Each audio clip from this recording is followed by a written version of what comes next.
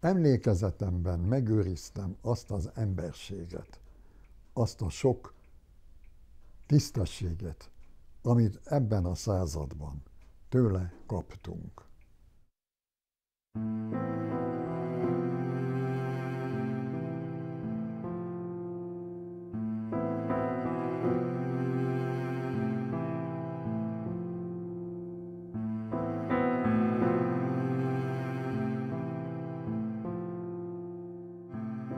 Ocskay László Pozsonyban született ősi nemesi családban 1893-ban.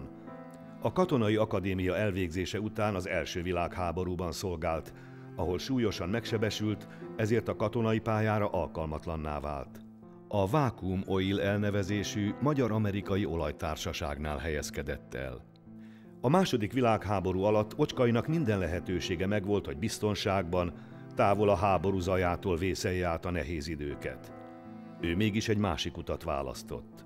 1944-ben barátai felkérésére életét kockáztatva vállalta, hogy levezeti a történelem egyik legkülönösebb embermentési akcióját.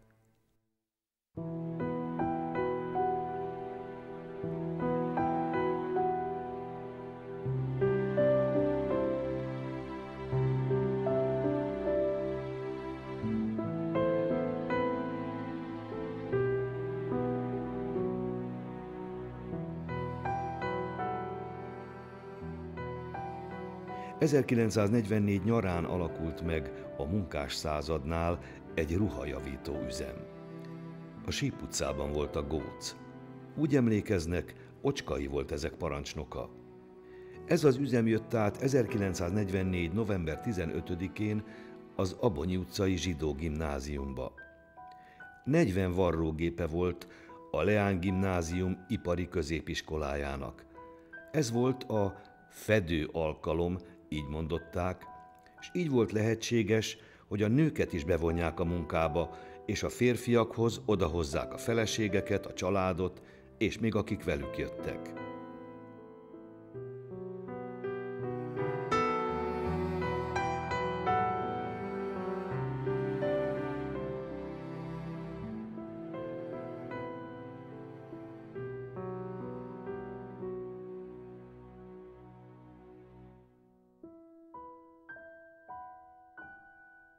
Maga a szó világ igaza, ez egy héber kifejezésből ered, Hasidumot Haolam, ami tulajdonképpen azt jelenti, hogy feláldozta az életét, vagy reszkírozta az életét, vagy minden, ami van, egy más ember megmentéséért. De itt a holokauszt alatt azt értjük, hogy egy nem zsidó ember, hogy reszkírozta az életét egy zsidó ember megmentéséért.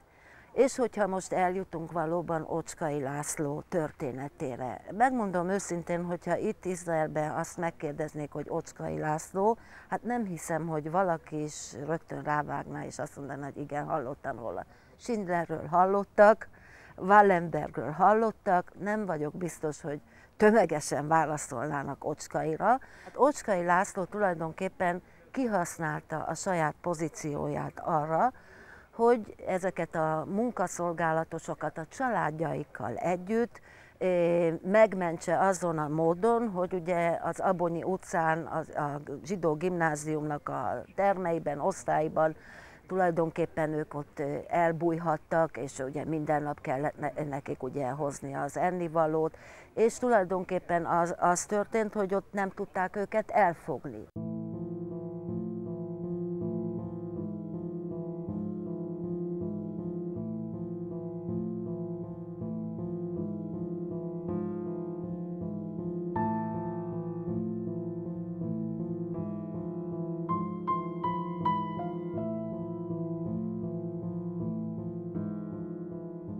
Hazaküldtek minket, hogy nincs tanítás. Ez egy vasárnapi nap volt, és este tudtuk meg itt az amerikaitól, miután én itt születtem, itt éltem, hogy bejöttek a németek. Hát másnap már elkezdődtek a különböző dolgok. Tehát már másnap az Újpestről, Rákospalotáról, tehát amik nem Nagy Budapesthez tartoztak, az emberek mit sem tudván bejöttek, azokat elfogták, elvitték, kész, vége. És láttuk, hogy nem jönnek vissza hozzátartozók. A bátyám 21 éves volt, nem jött vissza. A húgomat elvitték, nem jött vissza, hát hova lettek? A családunknak a legnagyobb része Szombathely, Nagykanizsa, Kőszeg és Zalaegerszegi volt. Ezek mind el lettek véve, szóval ezekről tudtunk, hogy ezek vagy gettóba lettek szállítva, vagy valami gyűjtőhelyre. Nagyanyám Szombathelyről, anyámnak testvérei, egy bátyja és egy húga, és ezekhez tartozó gyerekek mind eltűntek lassanként. Szóval ezt most már tudtuk, hogy mi folyik a vidéken. Nem voltak illúzióik, de a haláltáborokról nem tudtunk, Auschwitzról. Csak azt tudtuk, hogy a vidéki rokonokat elvitték. De hogy hova, hírt nem adtak.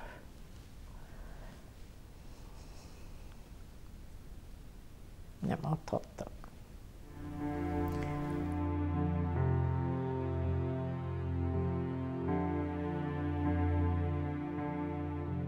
Május 15-től, 44. május 15-től, amikor kezdődtek a deportációk, tulajdonképpen 44 nyara közepéig ez a nagy deportáció a mezővárosokból le is forgott, hogy úgy mondjam. Több mint 430 000 magyar zsidót deportáltak 56 nap alatt Magyarországról, és maradtak több mint 200 000 zsidó Budapesten és környékén.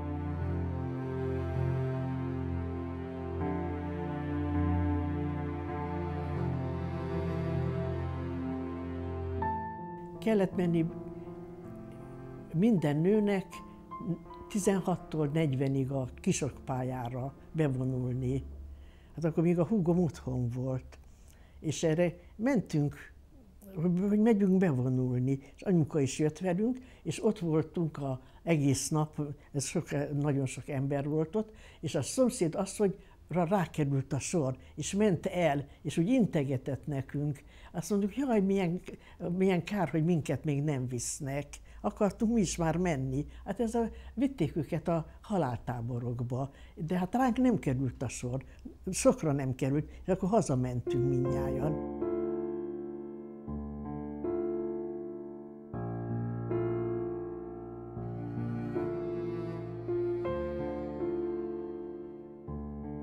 A magyar zsidók túlnyomó többsége nem jó szándékkal találkozott. A hatóságok részéről ellenszenvel találkozott leginkább, illetve azzal, hogy a hatóságok gördülékenyen és mindenfajta probléma nélkül végrehajtották a parancsokat, amelyek arra vonatkoztak, hogy őket gettósítsák, deportálják, kifosszák. A lakosság részéről pedig jellemzően közönnyel találkoztak.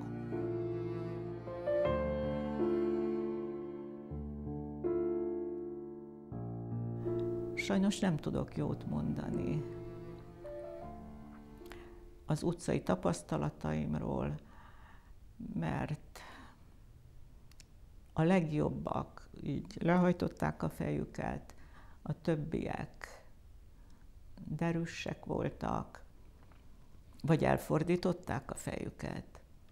Egy minket kísérő nyilas a következőt mondta, aki az anyámat megismerte a piacról, azt mondta, na eddig maguk ették a libamájat, most mi fogjuk. Hát ezzel úgy nagyjából tudtuk, hogy mi vár ránk. A zsidó hadviselt tisztek kerestek kapcsolatot a Honvédelmi Minisztériumban, és így sikerült ezt a különleges alakulatot életre hívni, és Ocskai hozzájárult, hogy erre a feladatra aktiválják. A századba csak különleges összeköttetések révén lehetett bejutni. Én, édesapám katonai múltja és kitűnő kapcsolatai alapján kerültem be, miután az eredeti alakulatomtól valamikor tavasszal megszöktem, mert századomat Németországba irányították.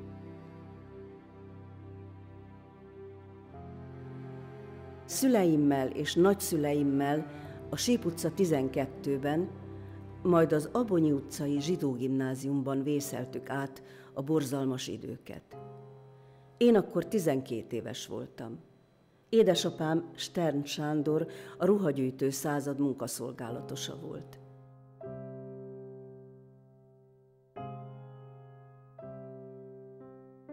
Ez egy ruhagyűjtő század volt, ami nagyon aktív, gyűjtötték a ruhákat a fronton, illetve a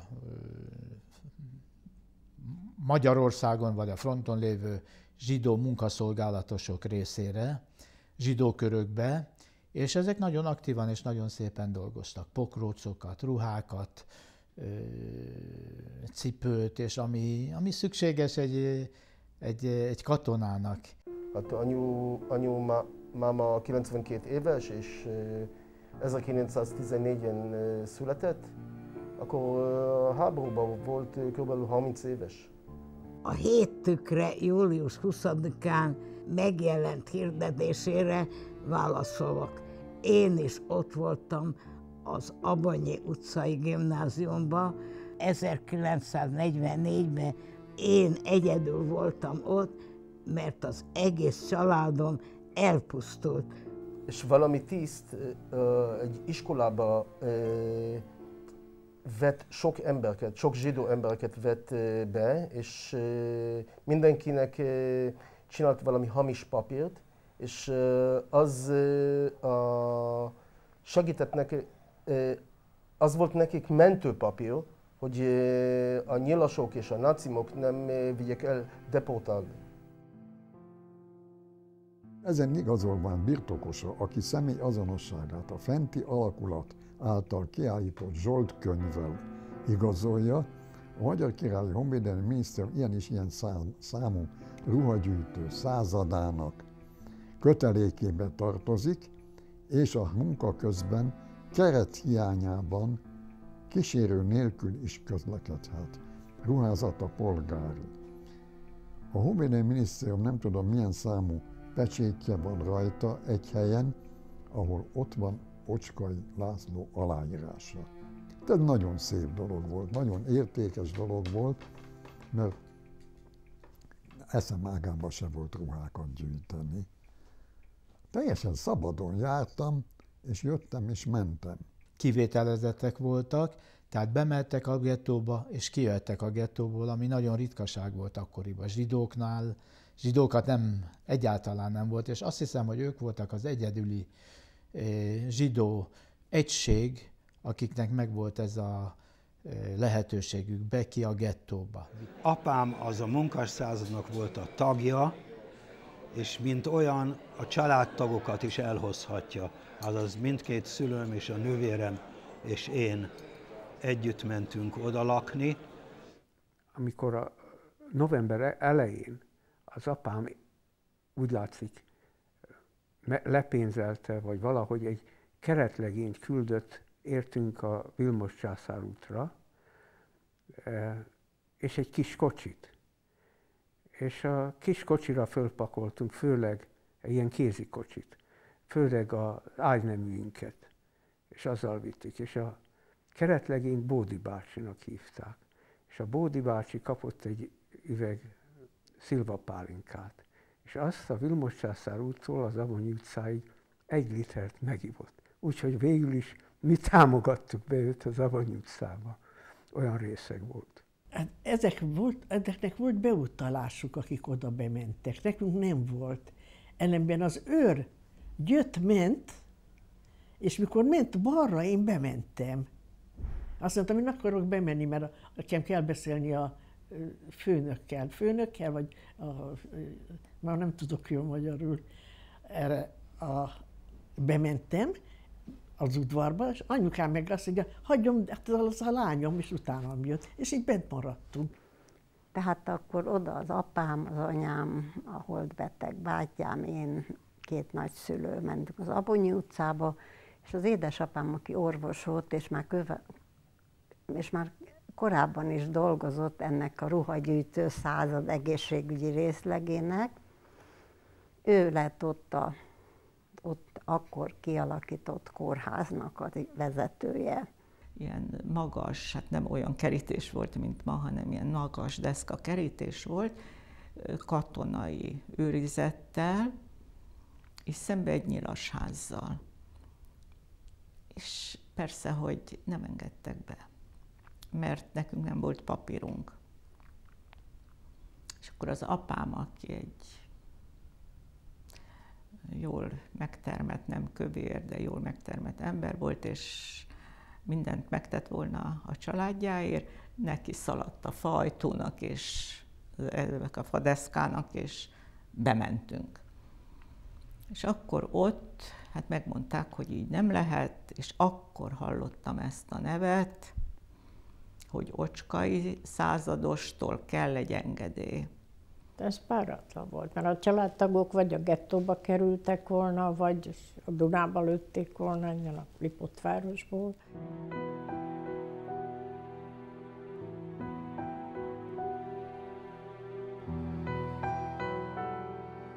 Bertától, a házvezetőnőtől hallottam, hogy apósom zsidó származású jó barátai kérelmére fogadta el az Abonyi utcai gimnázium táborvezetését.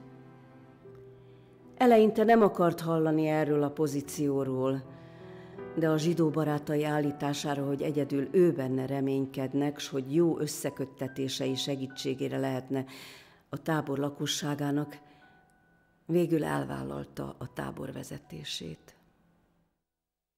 Ocskai Lászlót én megismertem apámon keresztül, mert apámnak régi jó barátja volt, még a 30-as évek elejétől, és egy cégnél dolgoztak, a Vákum Oil Company RT-nél, ez volt a Magyarország legnagyobb akkori olajfinomító cége, és forgalmazója is. Tehát sorban jó barátságban voltak az összes a cégnél dolgozó zsidókkal. Na most azok a zsidók, nekem meggyőződésem, erről Ocskai nem beszélt, lehet, hogy apámnak említette, de azt, hogy az Ocskai került ehhez a századhoz, tehát ő lett a parancsnoka, úgy tudom, századosi rangba, az nem véletlenül történt, mert ugye ilyen notabilitások, mint Rádai, a színész, meg Kabos Endre, vívó, és még lehetne sorolni, hát sok ilyen hasonló volt. A század jó része a még Budapesten található fiatal zsidó intellektuelek, írók, művészek maradékaiból állt, Ocskai László, a Rákóczi idejéből ismert ocskai brigadéros leszármazottjának parancsnoksága alatt. Hát ez teljesen rendkívüli volt, sehol máshol nem hallottam ilyenről, ez csak ez az Ocskai vagy a Domonkos szervezhette meg a gimnázium, ami hadikórház volt, kiürítették, és ott helyezték el. A tornateremben voltak pricsek, modern iskola volt, épület, óriási tornaterme volt, ott lakott a század, a körlet, és a családtagok pedig az emeleten, az osztálytermekben voltak elhelyezve. Na most ott voltak csecsemők, gyerekek, asszonyok, azokat külön kellett gondozni. Az is kitudódik, hogy orvosi ellátást is biztosítottak nekik, még fogorvost is. Tehát, és amikor jöttek ilyen razziák, vagy bár, első dolog volt az, hogy a kisgyerekeket betették ilyen orvosi rendelőkbe, hogy őket ne vigyék el. Tehát ez nagyon-nagyon fontos ebből a szempontból, és tulajdonképpen ez volt annak a nyitja, hogy ezek az emberek ott meg tudtak menekülni, mert bárhol máshova kimentek volna, ott veszélybe lettek volna. Hát megpróbáltak a gyerekekkel, mi ugye 12 éves voltam, gyerekekkel foglalkozni, tanítani őket, egy bizonyos iskolázás. És aztán ez valahogy elmaradt. Én emlékszem, hogy francia órákra jártunk. De amellett hát játszottunk lent az udvaron. A sorsi játéka volt, hogy ugyanabban a tanteremben feküdtünk a szalmazsákon, ahol 4 évig jártam gimnáziumban. Ott nem voltak rossz körülmények, hát kicsit higiénés, nem volt, azt hiszem zuhanyozó talán volt a tornaterem mellett. Kicsit zsúfoltan voltunk, de biztonságban, senki nem éhezett, mert a munkaszolgálatosok ellátmányából kaptak a családtagok is. Szóval egyszer egy nap biztos volt meleg étel, kenyér, és hát viszonylag biztonság. Érdekes volt, hogy amikor szükség volt valamire, mint például egy pumpára, egy nagy, erős pumpára, az valahogy mindig megjelent. Bármire szükség volt, az Ocskai által mindig megjelent valahol. Ő és az ő embereik, a keretlegénység, voltak összekötetéseik, és valahogy megszereztek mindent.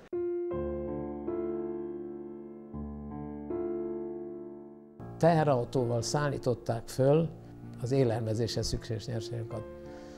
Egy beszerző beosztásban dolgozhatott Pesten a központban egy Minarik nevezetű fiatal ember.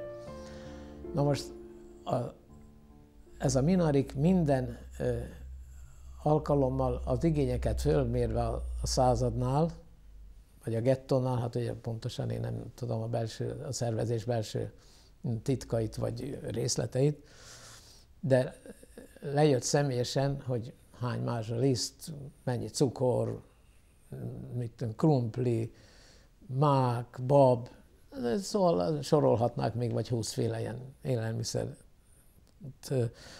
amit hát kellett ennek a nagy társaságnak az eltartása, az élelmezéséhez. Na most ugye ezt nem lehetett se levélbe, se telefonon, mert akkor rögtön kiszivároghat, és akkor vége mindennek, és akkor az életükkel játszanak. Hát a vezérigazgató tudott erről, a helyettese, az Ocskai Laci, apám, a sofőr, meg a Minarik. Hát a sofőr meg a Minarik az nyilván pénzt kapott érte, mert hát azok nem valószínű, hogy humanitárius elkötelezettségből csinálták, de ugye apám, a Farkas Kálmán, Ocskai Laci, ők abszolút az ő belső meggyőződésüktől vezérelve csinálták ezt. És ilyen módon tudtak bejuttatni Pestre a szállítmányokat. Élelmiszert nem tudtak túl sokat szerezni, és annak is volt egy logikus oka, mert ez a munkásszázad, ez 500 vagy 480 emberre volt bejelentve ellátásnak, és a Honvédelmi Minisztérium, ami hát egész közel volt itt Pesten, az csak ezeknek adta ki az élelmezést. És ez 2000 embernek, vagy 2000 plusz embernek nem volt elég. De valahogy az ocskai és a keretlegények mindig megjelentek kis ilyen lóhúzott kocsikkal, és hoztak még valamit. Apám tudta, de én mint gyerek nem tudhattam. Én akkor ilyen 14-15 éves korban voltam, és hát ahhoz még túl fiatal, hogy ilyenbe beavassanak. Meg nem, ebben nem is volt senki, se anyám, senki más nem tudott. Ott mindenki úgy tudta, mert ott történt a rakodás a gazdaság magtáránál.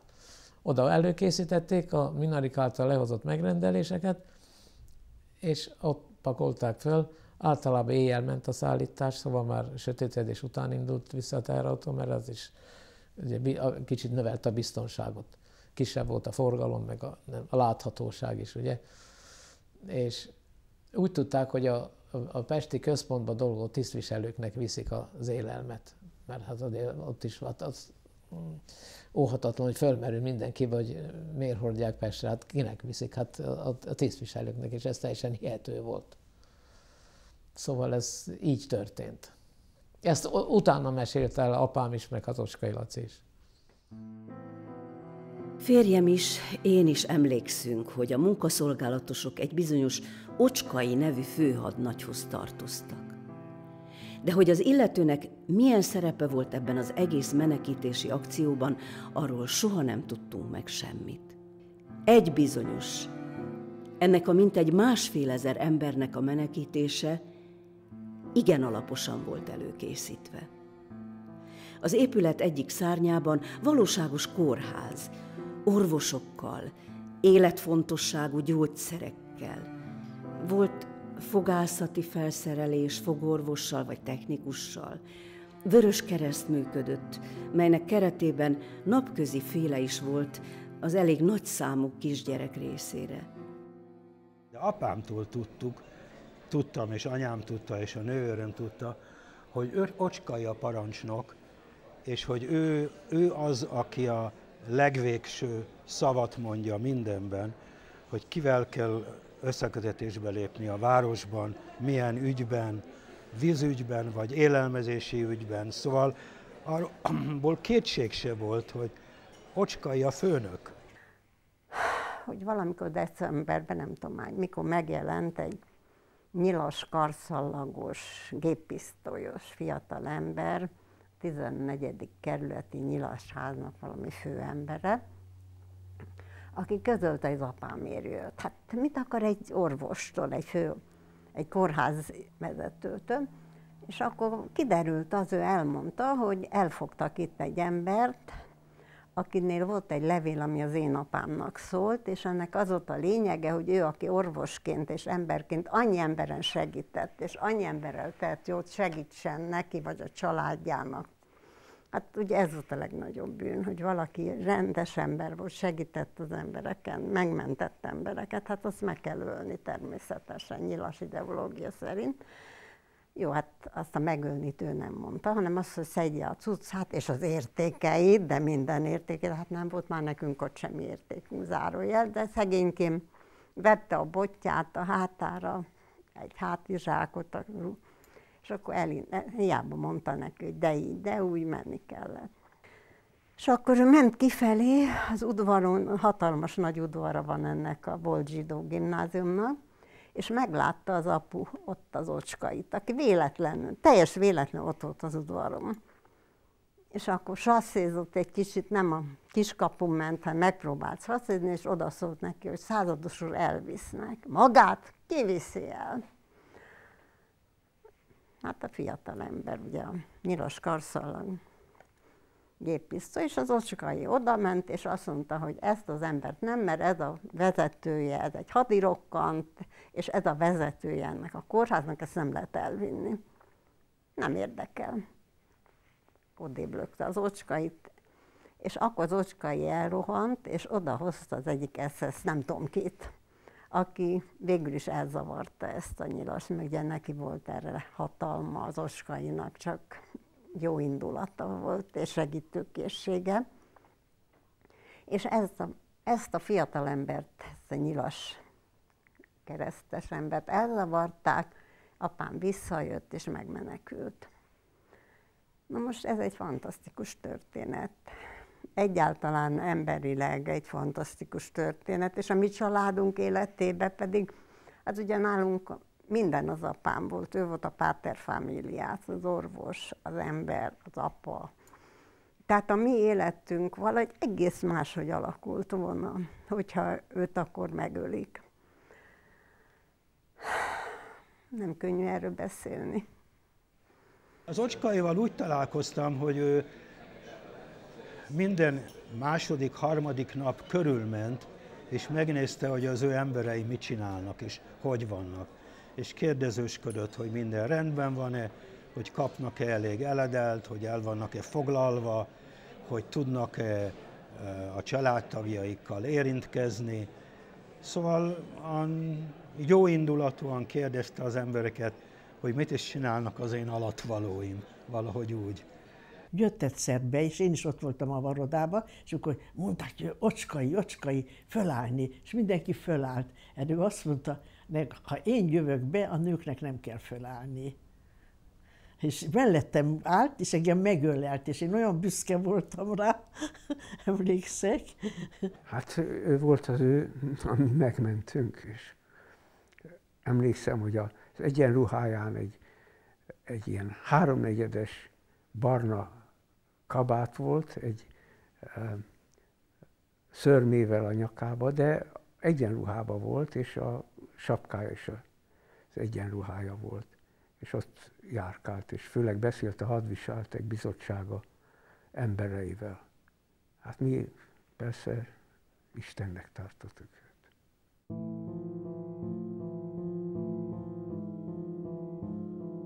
Emlékszem, a nyilasok egyszer bejöttek az Abonyi utcába. Sose felejtem el. Mindenkinek ki kellett menni az udvarra. A nyilasok közölték, hogy semmit nem kell vinni, nem megyünk messze, csak a Dunapartra. Mindenki tudta, hogy ez mit jelent. Közben valaki a munkaszolgálatosok közül kilógott és értesítette Ocskait, aki, ha jól emlékszem, skarlátos volt. Ő azonnal értesítette egy barátját, és perceken belül német katonai egyenruhások özönlötték el az udvart.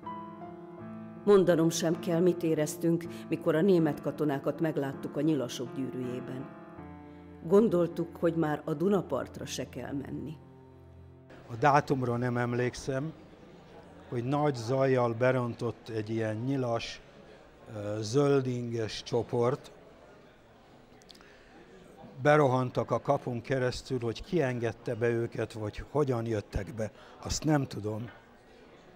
De mindjárt elosztották őket az emeletekre, a különböző helyekre, ahol mi voltunk, és ezek azonnal kezdtek kiabálni, hogy azok, akik nem munkaszolgálatosok, azaz családtagok, és azt mondták, hogy ezek, akik illegálisan vannak itten, azok gyülekezzenek össze először a folyosókon, és aztán az udvaron, mert ezek máshová lesznek most véve. Minket felsorakoztattak az udvaron. A ruhagyűjtő századbeliek nem, azok külön voltak. De minket, gyerekeket és asszonyokat és idősebb embereket felsorakoztattak az udvaron. És hát, hogy elvisznek minket. Hogy hova, azt nem tudtuk pontosan, gondoltuk, hogy munkára, vagy nem tudtunk a koncentrációs táborokról. Azt tudtuk, hogy zsidókat visznek el munkára. Én apámat akkor nem láttam, csak anyám, nővérem és én voltunk ebbe bele, felsorakoztatva, és felsorakoztatva álltunk a folyosón körülbelül talán fél órát, amíg mindenkit a szobákból és a tornateremből összeszedtek, és kezdtek vinni, az irányítani minket az udvar felé. Azaz a csoport eleje már rend volt az udvaron, sőt a kapuhoz egész közel voltak már. Hát ott azért akkor már közel 2000 ember volt, tehát az nagyon sok, és szerencsére nem tudtak jól számolni. Így állítottak, úgy állítottak, és hármasával kellett számolniuk, és az alatt két bátor, fogalmam nincs ki, munkaszolgálatos értesítette ezt az Ocskait, hogy mi van. Ő akkor beteg volt, ezt akkor mi megtudtuk, de betegen is valahogy tudott intézkedni, és mint a filmekben, a mai amerikai filmekben.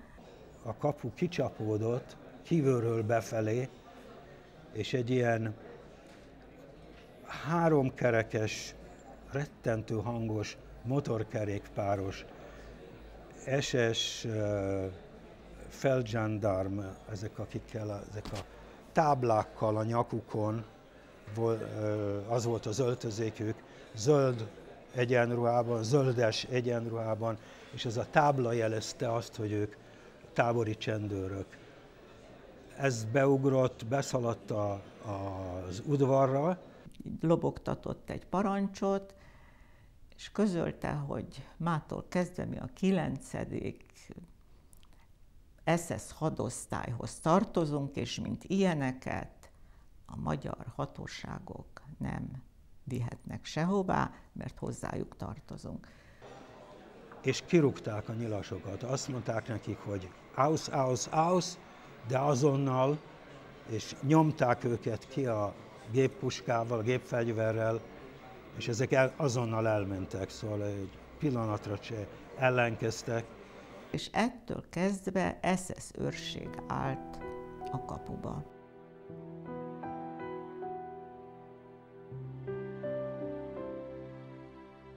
A Vákum Őr Kompani, aminek ugye tudott dolog, hogy az Ocskai alkalmazottja volt, és az állt az egész akció mögött, már az anyagi támogatást illetően, és onnét volt erre a fedezet, mert ő rendszeresen járt velük mulatni az Arizonában, Parisian Grillbe ezekkel a SS tisztekkel, és ennek volt köszönhető, hogyha a nyilasok, mert ugye irigyelték, meg a bosszú, meg ki tudja milyen okokból rossz indulattól vezérelve próbáltak ott különböző akciókat végrehajtani, zsidókat elvinni, értékeket eltulajdonítani, stb. Stb. És abban a pillanatban az Ocskai a német tisztek segítségét kérte, akik azonnal akcióba léptek, és a nyilasokat onnan eltávolították. Aztán később tudtam már meg, az apámtól, még ott voltunk az Abonyi utcában, hogy ez Ocskainak egy személyes barátja, ez a Weber nevű őrnagy, aki a 9. hegyi SS brigádnak volt a parancsnoka, hogy ezt küldte el az embereit, hogy először is rúgják ki a nyilasokat az udvarról, és aztán, hogy ezek őrséget adnak. És attól kezdve mindig ezek a tábori csendőrök, a német tábori csendőrök álltak az Abonyi utcai épület előtt, úgy a főbejárat előtt, mint a sarkokon. És aztán ott föltettek jelzéseket, hogy ott nem lehetett kocsival megállni. Nem szabad, nem engedték meg, hogy semmilyen kocsi álljon meg az Abonyi utcai épület előtt. A hivatalos magyarázat az volt, hogy a munkásszázadban lévő nők, akik nem ruhát gyűjtöttek, hanem javítottak, az összegyűjtött ruhát javították varrógépekkel és kézzel. Ezek most nem csak az összegyűjtött ruhát fogják javítani, hanem a németek részére katonai egyenruhát fognak javítani, és ezért fogják a németek őrizni ezt a házat. Volt egy varoda, és ott a nők ott voltak, anyuka is ott volt. Nem mintha vartak volna, nem vartak. Ültek. Időnként néhány naponként behoztak egy teherautónyi német egyenruhát, rongyos egyenruhát, hogy aztán, hogy ezt megjavították-e, vagy nem, és hogy kivitték-e megjavítva, azt nem tudom. De ez volt az alibi, és ez egy nagyon jó alibi volt, úgy látszik, mert ez az egészen a végéig működött. Amit már említettem is, a konspiráció legszigorúbb szabálynak a betartásával történt, mert különben abban a pillanatban lebuktak volna, aminek ugye a vége a halál, és úgy nekik, mint a zsidóknak is, akik ott voltak a táborban. És azt elsősorban németek csinálták volna, mert ők lettek tulajdonképpen az Ocskai által átverve piszakul. Azt hitték, hogy az Ocskai jó barátjuk, közben az Ocskai nem az ő barátjuk volt, hanem a zsidók barátja volt, akik a zsidókat mentette.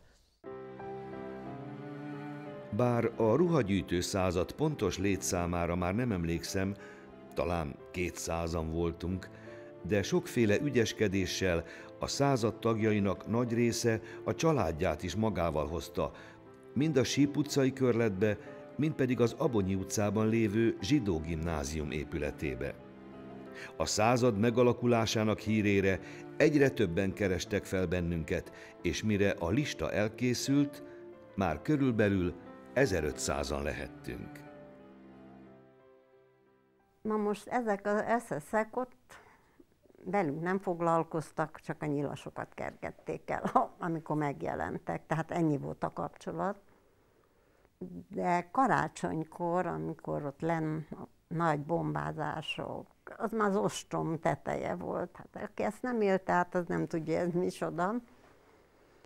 És akkor bejöttek oda hozzánk, ahol a orvosok, meg a mi családunk volt, leültek közénk, ez volt 44. december 24-én, és megpróbáltak emberi kapcsolatot teremteni. Mondták, hogy ők nem is olyan rosszak, meg ők csak segíteni akartak.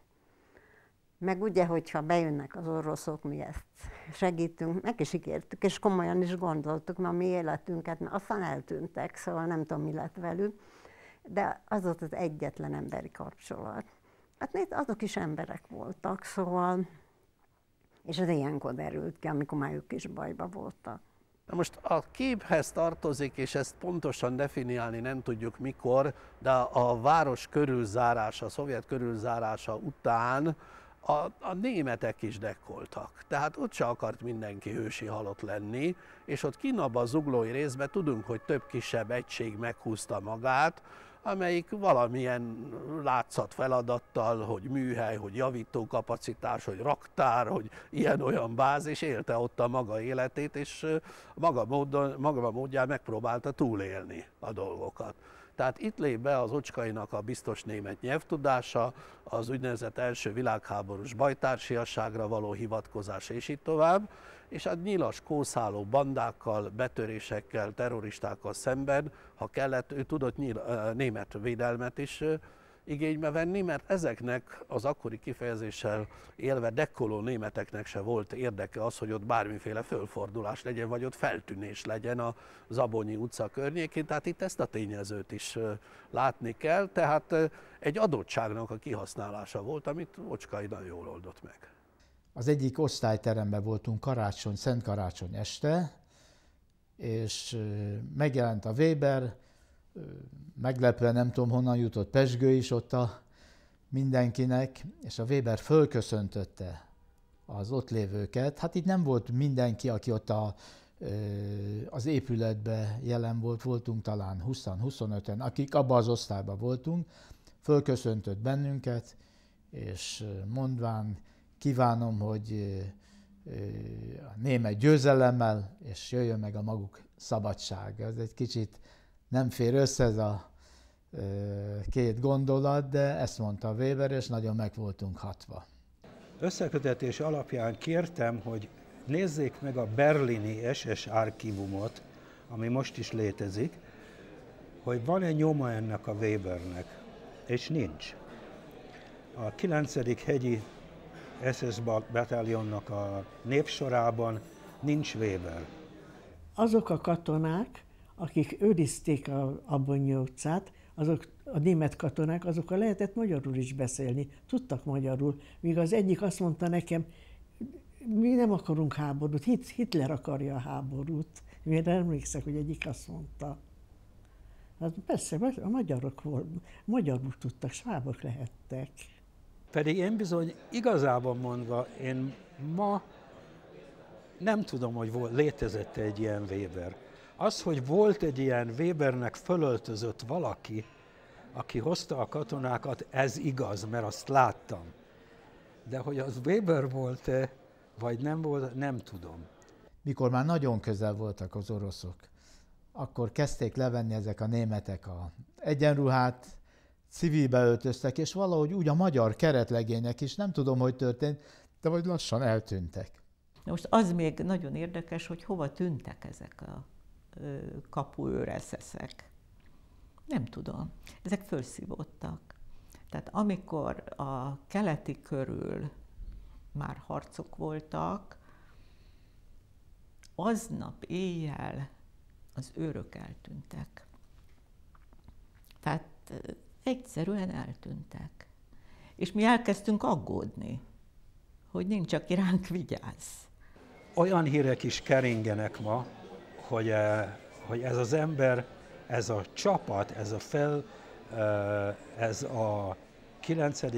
hegyieknek ez a raja, ez az osztaga, ezek mind zsidó ellenállók voltak, akik megszerezték az egyenruhát, és Weber az egy nem létező szintén be. Na mostan ez viszont a feltételeseknek, a meséknek már egy olyan színvonalára érne el, amit kicsit nehéz elhinni.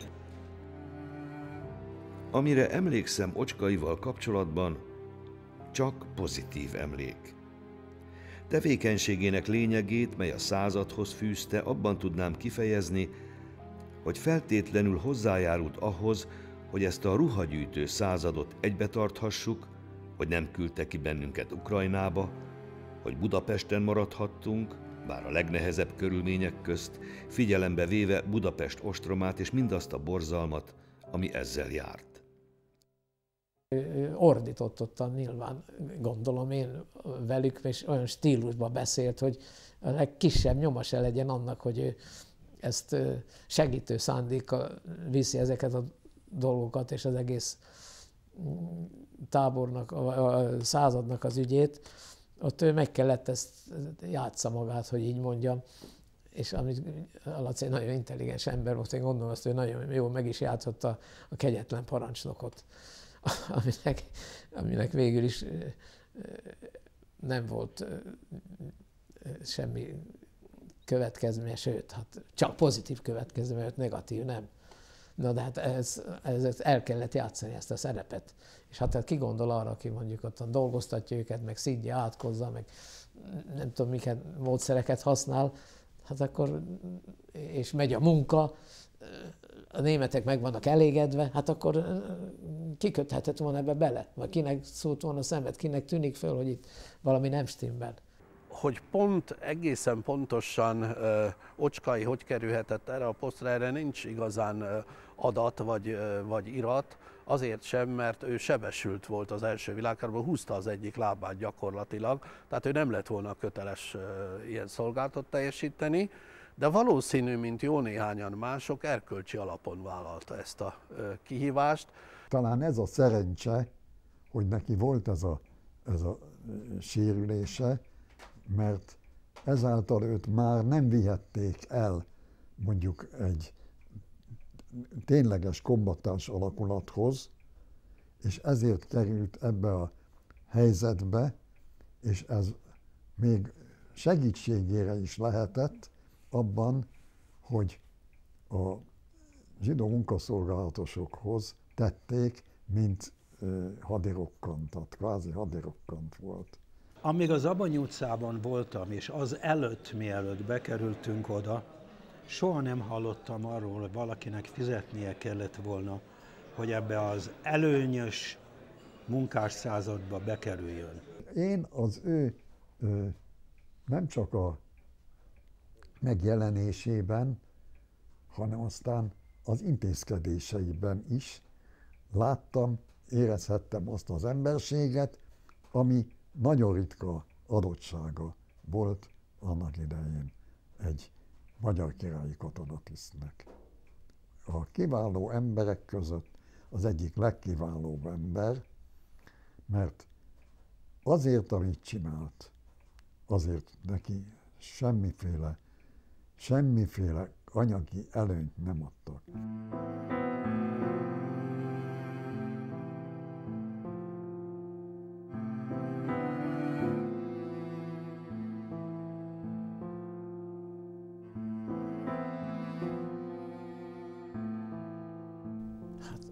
Ez az élet, az Ocskay kockáztatta az életét, hát ehhez, ha valamihoz nem fér kétség, akkor ehhez nem fér kétség. Mert ha ezt megtudják, nem a nyilasok, a németek szitává lövik. Hát ha ezt megtudják róla, hogy itt miben mesterkedett, abban a pillanatban. Hát ki tartotta volna vissza őket? Pláne a német megszállás után. Hát élet-halál urai voltak ezek. Hát én azt gondolom, hogy az akkori magyar viszonyok között valaki egy ilyen feladatot vállal, hogy 200 zsidót ment meg, vagy 2000-et, teljesen mindegy, mert ő ezzel kitette magát mindenféle kellemetlenségnek, hogy ne mondjam, hát életveszélybe lehetett, mert a nyilasok nyilván pályáztak a fejére. Lehet, hogy csak pénzzel tudta betömni a szájukat, mert a nyilasok rettenetes pénzéhesek voltak. Én ebbe leírtam egy alkalmat, egy esetet, amikor egy kisgyerek a labdája után kiszaladt, és kemény pénzért adták vissza a nyilasok. Hát akkor is Ocskay tárgyalt ezekkel. Tehát én azt gondolom, hogy így is lehet az életet kockáztatni. Hát az is kockáztatta, aki egy zsidót bújtatott. Ő nem csak a családját, az egész életművét, hanem mindent kockára tett. Szeretném tőle megkérdezni, hogy mi volt a motiváció. Lehetséges, hogy mindössze annyi, hogy segíthet emberekkel. már maga az a lépés is, hogy ő, aki gyakorlatilag a II. Világháborút otthon, papucsban, kandalló előtt végig ülhette volna, teljesen joggal, ő egy ilyen feladatot vállalt, és ezért reaktiváltatta magát katonatisztként. Itt nem lehet szabályokat fölállítani. Itt viszont arról lehet beszélni, hogy választani kellett. Az tény. Tehát Ocskainak mi között kellett választani, a jó vagy a rossz között, vagy a közömbösség között. Mert sokan aztán már ezekben az utolsó hetekben azért elbújtak. Már azt mondták, hogy én eddig kockáztattam a családom életét, magamét, de most már kivárom a végét, mert már egészen közel van a vége. Azért ne felejtsük el, hogy Budapesten a nyilasuralom alatt már, ahogy a nyilasok fogalmaztak, felkoncolás, azaz kivégzés járt azért, hogyha valaki zsidót rejtegetett. Nyári vidéki időszakban még csak idézőjelben internálás, azaz bebörtönzés járt. Tehát az is egy érdekes szempont, hogy annak ellenére erősödik fel Budapesten a nyilasuralom alatt az embermentés, hogy sokkal többet kockáztatott az, aki ember, az már az életét kockáztatta. Emlékezetes első beszéde, amelyben közölte a századdal és a század tagjainak hozzátartozóival, hogy ő, mint századosi rangban lévő katona, elsőrendű kötelességének tartja, hogy védje a rábízott embereket a lehetőségeken túl is, és ami segítséget tud nyújtani, azt megtegye. Tulajdonképpen itt is a választásokról beszélünk. Mert általában ugye azt mondják ezek az emberek, nem az ocskaiek, hanem azok, akik nem tettek olyan tetteket, hogy nem volt semmi választásom, mert parancsot kaptam. Mi az a parancs? Meddig parancs a parancs? Tehát mikor van egy olyan stádium, amikor az a parancs már nem törvényes, és nem erkölcsi, és azt már nem szabad betartani, hanem pont az ellenkezőjét kell tenni. Úgyhogy erről van szó. És azt, hogy egy ilyen ember, aki biztos vagyok benne, hogy jó magyarnak nevezte magát, és biztos az is volt, és szerette a hazáját, és a haza nevében katonáskodott, elérkezett egy olyan pontra, egy olyan fordulópontra, amikor azt mondta, most ezt jelenti jó magyarnak lenni, és jó embernek, és nem az, hogy betartok ilyen vagy olyan parancsokat. És ez a legfontosabb az egész történetben, és ezért kell róla is beszélni, és olyanokról, akik pont ugyanezt tették.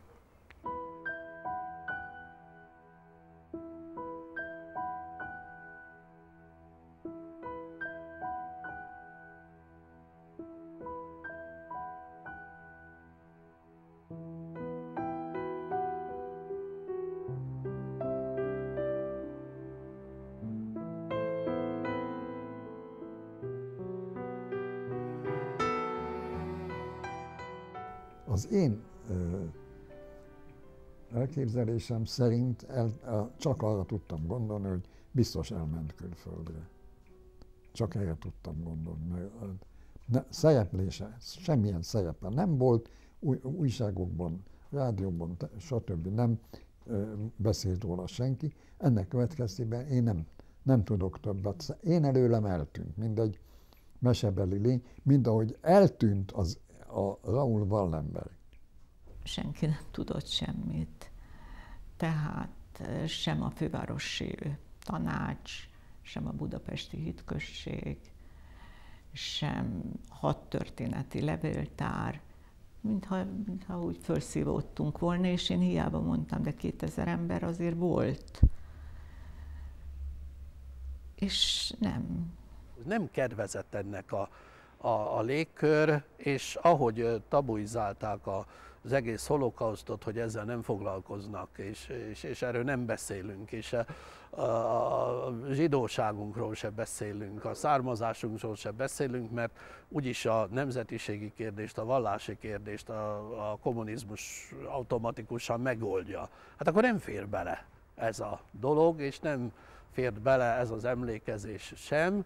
Ő úgy látszik nagyon jól érezte, hogy ő mind az Amerikai Olajtársaságnak a képviselője Budapesten nem lesz szívesen látva egy szovjetek által megszállt Budapesten. Azért vesztes háború, területi elcsatolás veszélye, hadifogság, Malenki robot, kibombázottak, szlovák menekültek, mondjam a problémákat? Hát ezek között sajnos csak egy volt, egyetlen kis dolog volt ez a Ocskai féle dolog. Szóval elfedte ez a dolog, és elfedte az a gondolkodás, ami szinte ma is megvan, hogy hát kvázi mindenki szenvedett, most miért kell ezt itt valamiért preferálni. A kommunista uralom alatt nyilván ez nem volt egy hősies tett megmenteni 2000 plusz polgári embert, ugye? Ez nem egy munkás mozgalom volt, és nem egy munkás ellenállás, és nem volt ellenállás egyáltalában. Ez nem volt az ő ügyük, és nem volt az ő szívükhöz közel. Tehát nem fért bele a következő rendszernek a képébe, hogy voltak a horthy hadseregnek olyan tisztjei, akik vállalták, vagy éppen magyar hadseregnek olyan tisztjei, akik vállaltak felelősséget és érdemeket szereztek, vagy éppen az ellenállásba vettek részt. Ez nem fért bele a Farkas Mihályék és a Péter Gáborok és másoknak a gondolkodásába. És ez szörnyű. 47-ben arról kapott egy fülest valami jóakarójától, lehet, hogy túlélőtől, nem lehet tudni, hogy ellene koncepciós per készül, és rövidesen le fogják tartóztatni. Ezt már György fiától is tudom, összepakoltak, és nagyon nehezen szánta el magát, hogy elmenjen, mert 45-ben is elmehetett volna, de nem ment el, hanem családdal, itt hagyva mindent, itt hagyva a Bentúr utcai lakást, és nyilván azt, amit élete során, amiért megdolgozott, és kimentek úgy, mint az 56-os magyarok Bécsbe. Bécsbe természetesen volt kapcsolata, úgyhogy ő nem egyszerű és mezei disszidensként élt. Európában ők jóval jobb körülmények között voltak. Ha jól tudom, megfordultak a Benelux államokba is. Végül is, azt hiszem, egy olyan másfél év után kimentek Amerikába.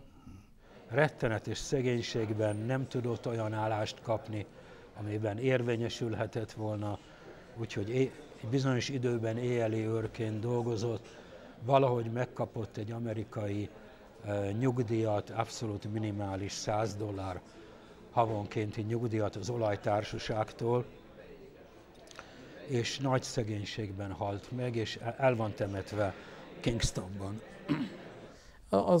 Az úriember, akinek a nevét nagybetűvel írják.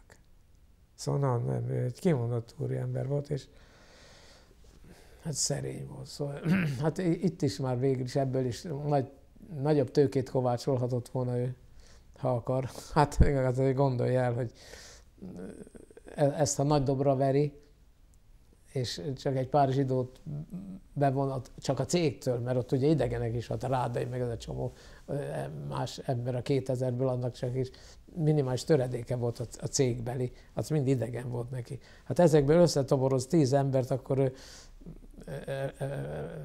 csinál egy nagy fölhajtást, és bizonyára másként alakul akkor a dolga itt. Hát én nem tudom, de ez csak kimondta szerint, ő nem. Ezt az ügyet akkor lezárta magába, őt kötelességi teljesítette, ezt meg kellett tegye, és ezt így fogta föl. De én azt hiszem, hogy mint magyar katonatiszt, ő egy példaképé válhat.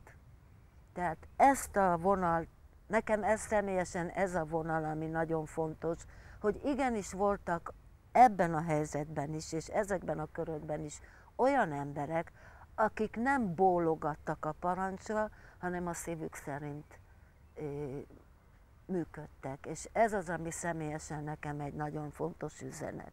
Szerintem ő lehetne egy magyar Schindler sztori, az Ocskai László, mert ő ugyan nem az alkalmazottait védte meg, ahogy a Schindler filmben van, mint tudjátok, hanem ő megmentett mindazokat, akik oda hozzáfordultak a gimnáziumba, és egyáltalán aki valahogyan az ismertségi körébe került.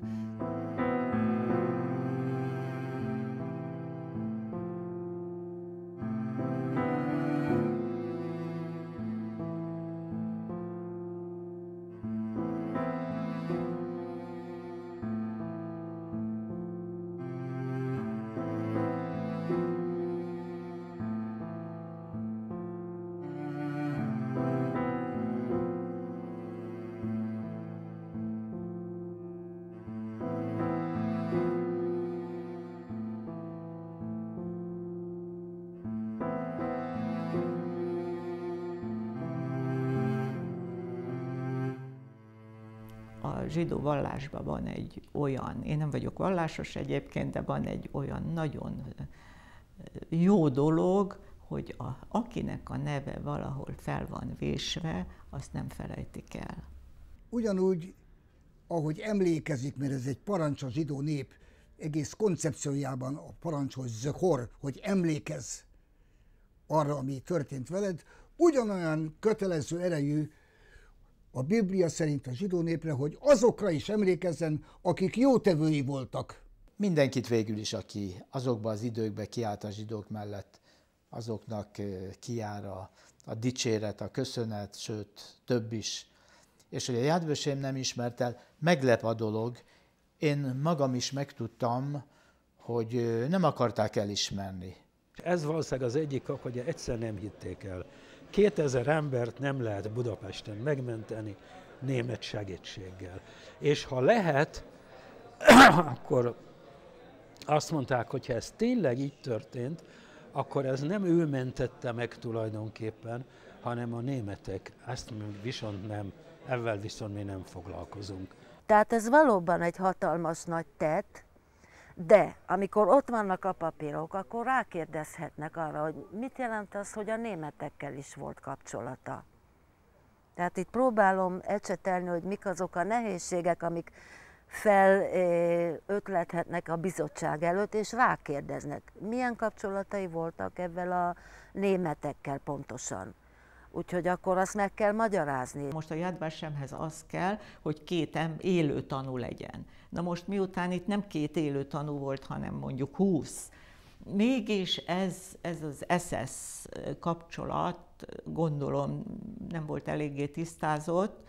Ez egy butaság, mert ha nem lett volna ez a kapcsolat, akkor nem maradunk meg. A bizottságban ülő emberek azt is felvethetik, hogy mindenki, aki abban a rendszerben valamiféle beosztottságban volt, talán részese volt a deportációknak, akkor most honnan lehet tudni, hogy ez a bizonyos ember csak jót tett, és előzőleg nem volt részese a deportációknak? Ez egy ilyen kicsit elcsavarodott agyú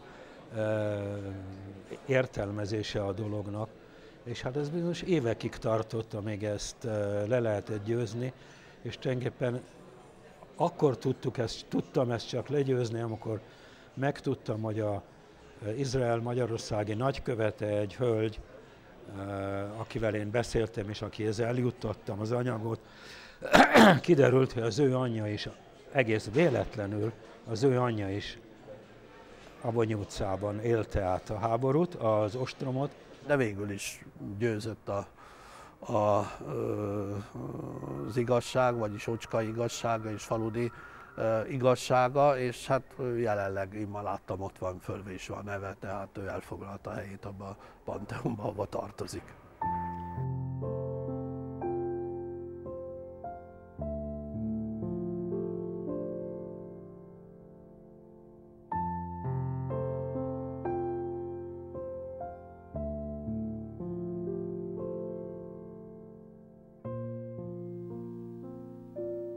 Mi nem maradtunk volna életben. Hát valószínűleg lehet, hogyha a gettóba kerültünk volna, lehet, hogy életben maradtunk volna. Valószínűleg a gettóba. De nem lehet azt tudni. Nagyon sokan haltak ott meg. És az apámat az egész biztos, hogy elvitték volna, mint munkaszolgálatos. És azok közül nagyon kevesen jöttek vissza. Sose felejtettük el, és én személy szerint úgy érzem, hogy az Acskainak én még ma is kimondhatatlan hálával tartozom, és ez a mi családunkban hagyománnyá vált. Egy péntek esti ima, volt egy ima, összejöttek azok a vallásosabb zsidók, és imádkoztunk, és én is köztük voltak, és akkor emlékszem, adtak egy áldást, Ocskaira adtak egy áldást. Emlékezetemben megőriztem azt az emberséget, azt a sok tisztességet, amit ebben a században tőle kaptunk. Tehát az én, az én szívemben, az én emlékezetemben ő úgy élt, mint valami egészen különleges jelenség, amit abban az időben szinte nagyon ritka, nagyon kevés embertől tapasztalhattunk. Hát az életemnek a megmentőjének tartom őt. Nagyon tiszteltük és nagyra becsültük, míg ha személyesen alig találkoztam vele. Azért marad olyan élesbe az emberbe az emlék, mert ha akkor talál 1, 2, 3, 4 rendes embert,